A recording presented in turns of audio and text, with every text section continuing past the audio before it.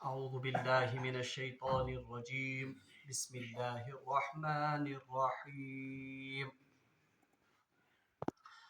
ولا تكونوا كالذين تفرقوا واختلفوا من بعد ما جاءهم البينات وأولئك لهم عذاب عظيم يوم تبيض وجوه وتسود وجوه فأما الذين اسودت وجوههم أكفرتم بعد إيمانكم فذوقوا العذاب بما كنتم تكفرون وأما الذين ابيضت وجوههم ففي رحمة الله هم فيها خالدون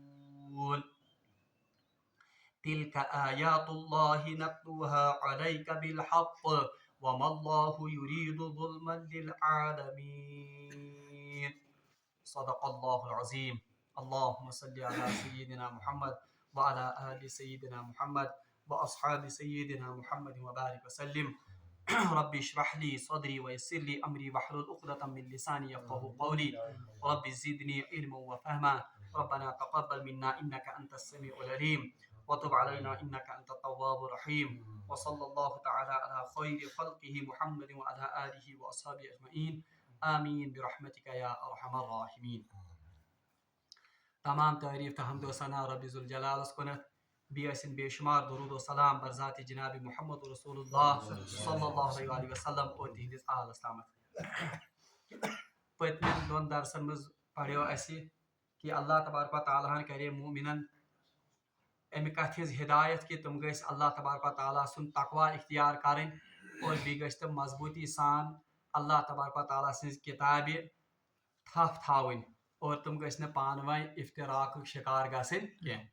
اور پتہ آئی بیاکھ وصیت تہ کرنے مسلمانن کہ تہ مز گھس اخ جماعت یا اخ گروہ تیتھ آسن یس زن لکن خیرس کنت بلائے نیک کامین ہند حکم آس کرن اور برائیو نش بچاون آس وَأُولَئِكَ هُمُ الْمُفْلِحُونَ. اور آخرس پہ آیا ون کہ یتھی لوگ یم زن کامیاب تو کامران. آزک آیات مبارکہ یم زن بہرحال یمن مز تہ مومنینن بی کینٛہہ احکام اور بی کینٛہہ تربیتی لحاظ نقط بیان آمت کرنے. اللہ تبارک و تعالیٰ فرماون اعوذ باللہ من الشیطان الرجیم وَلَا تَكُونُوا كَالَّذِينَ تَفَرَّقُوا. تم ان لوگوں کی طرف نہ ہو جانا جنہوں نے جو فرقوں میں بٹ گئے.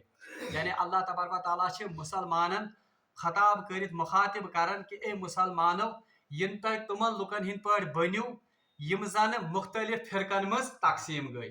اور پات کنت پوڑ اس کہ تم کم لوگ یم زن مختلف فرقن مز تقسیم گئی اس سے مراد اہل کتاب ہیں. یعنی یہود اور نصاران ہند پہ بن زن کی یم زن مختلف فرقن مز تو مختلف گروہن مز تقسیم گئی. بلکہ حدیثس مجھ آمد فرمو رسول اللہ صلی اللہ علیہ وسلم کہ بنی اسرائیل کے 72 فرقے ہو گئے. یعنی بنی اسرائیل زن تم کزن فرقن مز گئی تقسیم 72 فرقن مز اور میری امت 73 فرقوں میں تقسیم ہوگی. میں امت یہ زن ات مز گھن کس فرقہ 73 فرقے. اور ام پتہ فرمو رسول اللہ صلی اللہ علیہ وسلم کہ صرف ایک فرقہ ان میں جنت میں جائے گا. اکائی فرقہ گھس مز جنتس مز. صاحب صاحب کر عرض یا رسول اللہ صلی اللہ علیہ وسلم وہ کون سا فرقہ ہوگا جو جنت میں داخل ہوگا. رسول اللہ صلی اللہ علیہ وسلم فرمو ما انا علیہ و اصحابی. وہ فرقہ وہ ہوگا جو میرے اور میرے اصحاب کے طریقے پر زندگی بسر کرے گا یا چلے گا. یعنی سارے کھوت کیا مطلب بلکہ واحد اخ سو گروہ واحد اخ سو فرقہ یس زن ہدایت یافتہ آسہ وہ فرقہ ہوگا وہ گروہ ہوگا جو رسول اللہ صلی اللہ علیہ وسلم اور ان کے اصحاب بالخصوص خلفائے راشدین کے طریقے پر چلنے والا ہوگا. بہرحال یتن تہ آئی مسلمانن یہ تنبیہ کرنے کہ تائی بنزو نا تمن لکن ہند پہ کی یم زن فرقن مز تقسیم گئی یم زن تفرق شکار گئی من بعد ما جاءهم البینات. اس کے بعد کہ ان کے سامنے واضح دلائل آ گئے تھے. یعنی یہود نصارہ ان کے سامنے اللہ نے واضح نشانیاں دکھائی تھی. رسول اس کو وہ برحق مانتے تھے وہ کتاب کو بھی مانتے تھے لیکن ان واضح دلائل اور نشانیوں کے باوجود بھی وہ مختلف فرقوں میں بٹ گئے. بدقسمتی یہ آج امت کا حال بھی یہی ہے. ان کے سامنے قرآن پیش کیا جاتا ہے ان کے سامنے صحیح احادیث بیان کی جاتی ہیں مگر اس کے باوجود وہ مختلف تعویلوں کے ذریعے سے اللہ کی کتاب اور اللہ کے رسول کے صلی اللہ علیہ وسلم کے احادیث سے اختلاف کرتے تم کران مختلف وجوہات کن بنیاد پر مختلف تعویلات کی بنیاد پر قرآنس مز اور حدیث مز عمل کرنے پر کیا کرن تعویل. تو اللہ تبارک و تعالیٰ نے اسی بات سے باخبر کیا ہے کہ اے مسلمانوں تہ بنزو نا اہل کتابن ہند پہ کی یم اہل کتابن حق واضح گو مگر اس حق کو واضح ہو جانے کے بعد بھی وہ مختلف فرقوں میں تقسیم ہو گئے اور بڑھ گئے. اللہ تعالیٰ فرمان وَأُولَٰئِكَ لَهُمْ عَذَابٌ عَظِيمٌ یہی لوگ ہیں جنہیں بہت بڑا عذاب ہوگا. یعنی گئی تم لوگ یم زن بچار بالکل نابلد اس ہدایت نش جن کے پاس یعنی حق اور باطل کو تمیز کرنے کی فرق ہی نہیں تھی. یعنی یم زن ان پڑھ لوگ اجڑ لوگ ایک تو ان پر بھی عذاب ہوگا مگر وہ لوگ جو حق جانتے تھے حق کو پہچانتے تھے لیکن حق پہچاننے کے بعد بھی اس کو ٹھکرا گئے. اللہ تعالیٰ فرمان وَأُولَٰئِكَ لَهُمْ عَذَابٌ عَظِيمٌ ان کے لیے بہت ہی دردناک اور بہت بڑا عذاب ہوگا. کیوں ہوگا؟ تکیاز حق کو پہچاننے کے باوجود انہوں نے حق سے روگردانی کی. اللہ تعالیٰ فرمان یوم تبیض وجوہ و تسود وجوہ. اچھا اب اس قیامت کے دن کی منظر کشی کی گئی ہے یا دوہس پر من عذاب عظیم یہ دن. اس دن کیا ہوگا؟ اللہ تعالیٰ فرمان یوم تبیض وجوہ و تسود وجوہ. اس دن جبکہ کچھ چہرے روشن ہوں گے اور کچھ چہرے سیاہ ہوں گے. یعنی قیامتک سہ منظر یم دہ عذاب علیمی دن تم دہ حال کیا آس کچھ لوگ اس دن روشن چہرے والے ہوں گے یعنی تہندے بتھو پہ آس نور ٹپکن اور کچھ ایسے ہوں گے جن پر کالک چھائی ہوگی. اللہ تعالیٰ بچائے یعنی تمہن آس کیا روئی سیاہ گومت. اچھا اب یاد رکھیے اللہ تعالیٰ فرمان یوم تبیض وجوہ یہ درامت لفظ تبیض درامت لفظ بائزن مز. بائزہ کہتے ہیں انڈے کو. انڈے کی جو سفیدی ہوتی ہے اس کو عربی میں کیا کہتے ہیں یعنی یہ عربس مز مثال دینا یہ پہ سفید شین ہیو. عربی میں محاورہ ہوتا ہے کہ سفید مگر کیسے کمثل بائزہ جیسے انڈے کی سفیدی ہوتی ہے. یہ لفظ پر اللہ تبارک و تعالیٰ نے استعمال یوم تبیض وجوہ و تسود وجوہ. اس دن جبکہ کچھ چہرے وہ تابناک ہوں گے روشن ہوں گے وجوہ یوم وتسود وجوہ اور کچھ چہرے کیسے ہوں گے بالکل ان پر کالک اور ان پر سیاہی چھائی ہوگی.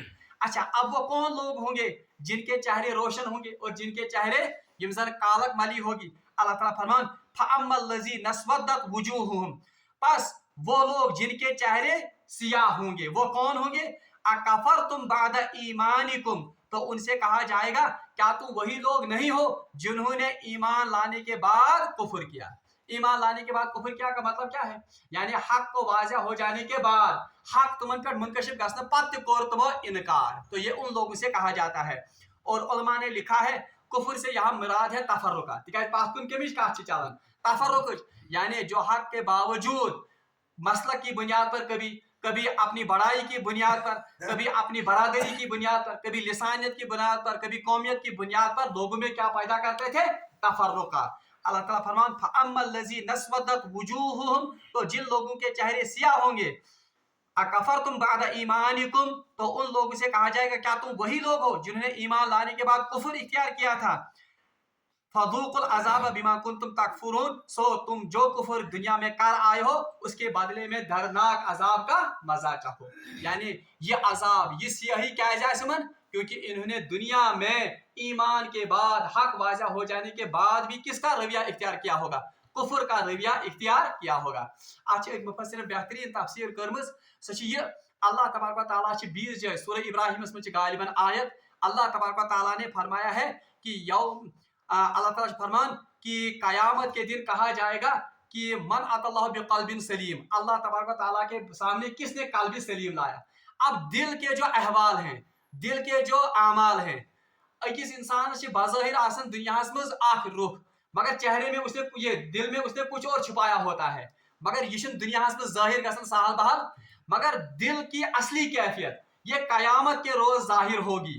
اس کے اگر ام سن دل سیاہ اگر ام سن دلس مز آسن بر اعمال تو یہ سیاہی اس کے چہرے پر لا دی جائے گی. اس وجہ سے اس کا چہرہ کیا ہوگا ساز بالکل کرہن. اور جس کا چہرہ جس کا دل نورانی ہوگا یم پن دل آس منور کومت اللہ تعالیٰ سے یاد سے اللہ تعالیٰ سے عبادت سے